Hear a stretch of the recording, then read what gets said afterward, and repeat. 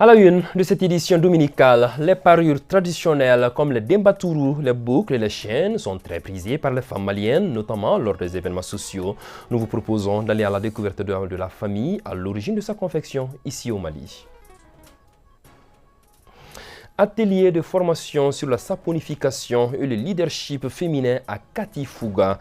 Par cette initiative, la coalition des forces vives du Mali souhaite participer à l'autonomisation des femmes de la localité. À suivre le reportage.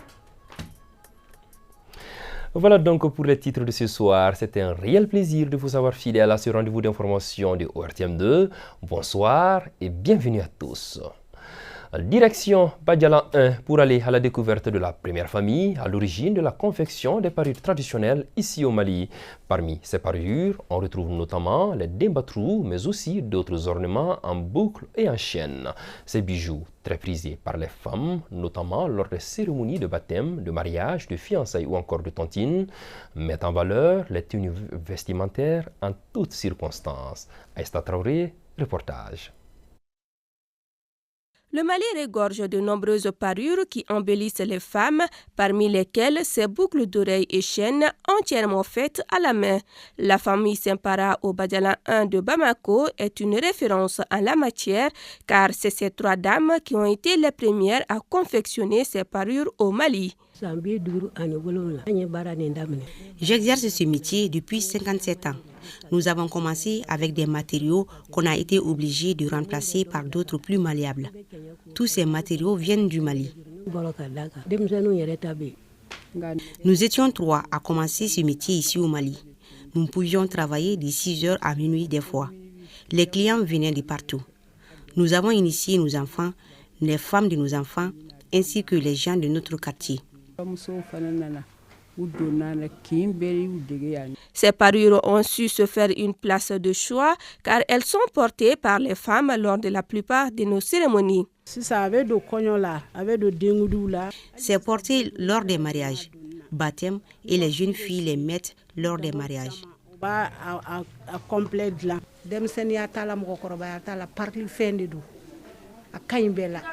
Tout le monde peut en porter car les modèles varient. Il y a par exemple les djoussouma, les doulas, les boucles et les chaînes. Des petits-enfants aux grands-mères et même grands-pères, chacun y trouve son compte car cette activité génère des revenus. Nos mamans ont pu avoir nos trousseaux de mariage grâce à ces parures. Elles ont tous gagné leur vie comme nous aussi. Les jeunes aussi vivent les fruits de ces métiers. Au-delà de la famille Sempara, c'est presque tout le Badiala 1 qui pratique cette activité. Ces acteurs ne souhaitent qu'une chose, que ces parures soient encore plus valorisées. C'est pourquoi ils ont des modèles modernisés qui rivalisent de beauté avec les parures modernes. Autonomisation de la femme, la coalition des forces vives du Mali s'y attelle. Elle a initié pour ce faire, ce 16 et 17 décembre, un atelier de formation sur la saponification et le leadership féminin à Katifuga, Moudibou Sidibé. Le développement d'une nation passe aussi par l'autonomisation des femmes. C'est ce qu'a compris la coalition des forces vives du Mali qui forme 45 femmes sur la saponification et le leadership féminin. Nous l'avons initié à la suite d'une assemblée générale pour la mise en œuvre de nos plans d'action. Au cours des différentes activités initiées par la coalition des forces vives du Mali, nous avons décidé de venir en aide, en appui aux femmes, afin qu'elles puissent elles-mêmes être capables d'initier des activités génératives de revenus. Pour la coalition, il s'agit de contribuer à l'autonomisation des femmes à travers des activités génératrices de revenus. Oui, les femmes particulièrement parce que nous avons compris que c'est les femmes qui sont surtout importantes en matière de chômage. Elles sont restées à la maison désœuvrées et elles doivent avoir des compétences pour pouvoir jeter quelques activités. pour venir à bout aux difficultés qui les assaillent à la maison. Cet atelier de formation qui s'étale sur 2 jours réconforte à plus d'un titre les femmes bénéficiaires dans le sens où elles voient en cela un moyen d'avoir une autre source de revenus pour l'épanouissement au sein du foyer. J'ai cette opportunité pour remercier d'abord les initiateurs qui ont eu l'idée de nous former afin qu'on puisse se prendre en charge un jour. Que cette formation aura un impact grandiose en réalité en ce qui concerne nos revenus, parce que nous allons nous en servir pour prendre en charge les dépenses de la famille. Et ce qui va aussi contribuer à apaiser les querelles entre les femmes et les hommes. La coalition des forces vives du Mali entend, outre cette formation, tenir d'autres sessions sur d'autres activités au bénéfice des femmes en particulier et du Mali en général. Cérémonie de remise, cette fois-ci aux lauréats de la 2e édition du concours de meilleurs articles de presse sur la malnutrition. À l'arrivée, 4 catégories ont été primées en presse en ligne, presse écrite, radio et télévision. Il faut le préciser, ce concours est à l'initiative du Réseau des journalistes pour la promotion de l'eau, une association qui milite en faveur de la nutrition et de la sécurité alimentaire afin que les hommes de médias soient des relais en matière de sensibilisation sur la malnutrition. Samba Sanogo. Former les journalistes à être des vecteurs incontournables dans la sensibilisation du public sur la malnutrition, tel est l'objectif de ce concours.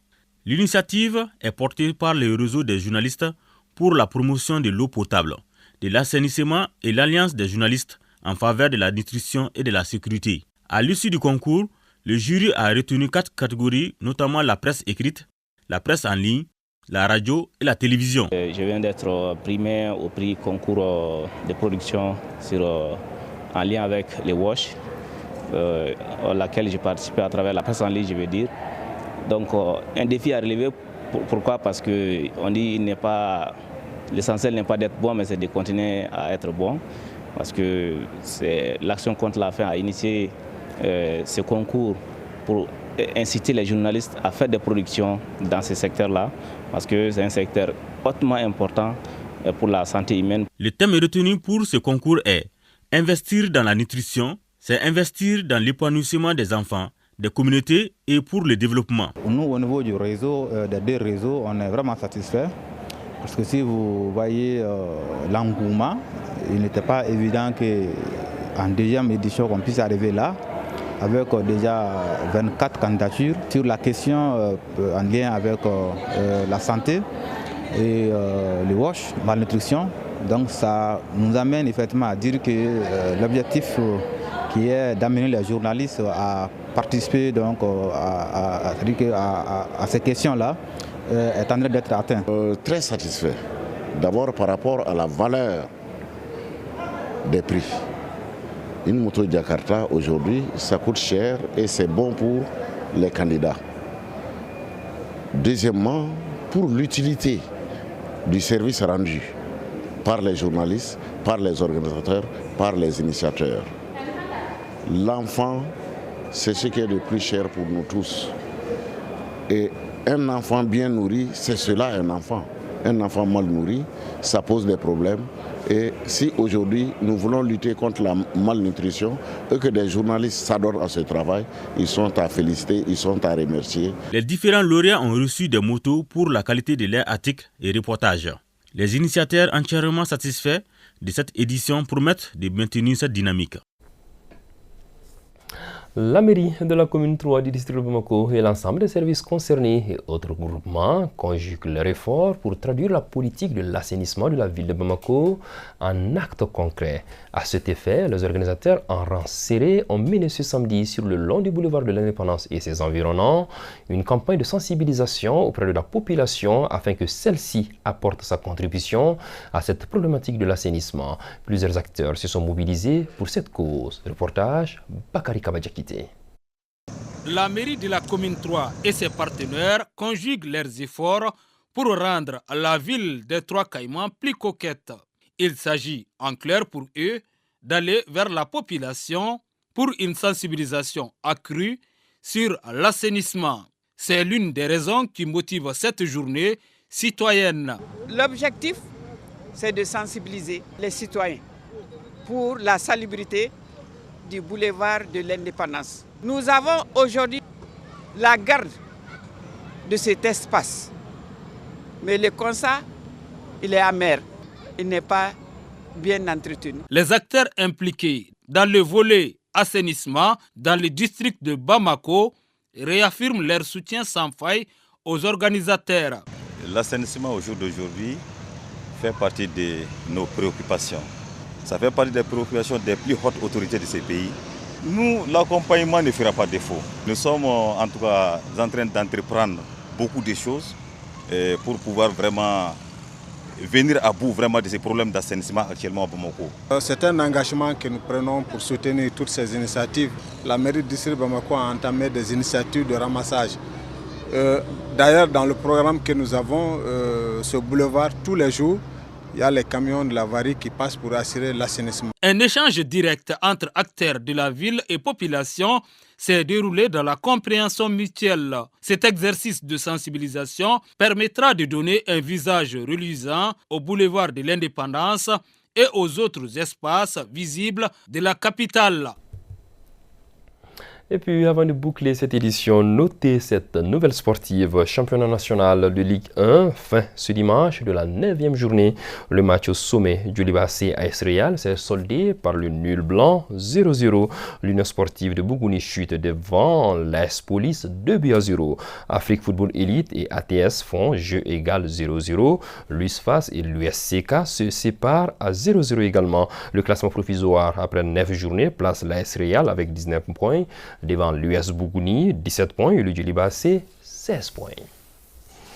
Voilà, c'est là-dessus que s'achève cette édition de 19h30 de ce soir. Et c'était un réel plaisir pour moi de vous l'avoir présenté au nom de toute l'équipe qui l'a fabriqué et réalisé. On vous dit mille merci pour votre constante fidélité. On vous souhaite une excellente suite de soirée. Surtout, gardez votre position. L'info en Bamana, c'est tout de suite avec Oumou Idrissa Diarra. Très bonne soirée à tous. Que la paix et la bénédiction d'Allah soient sur le Mali.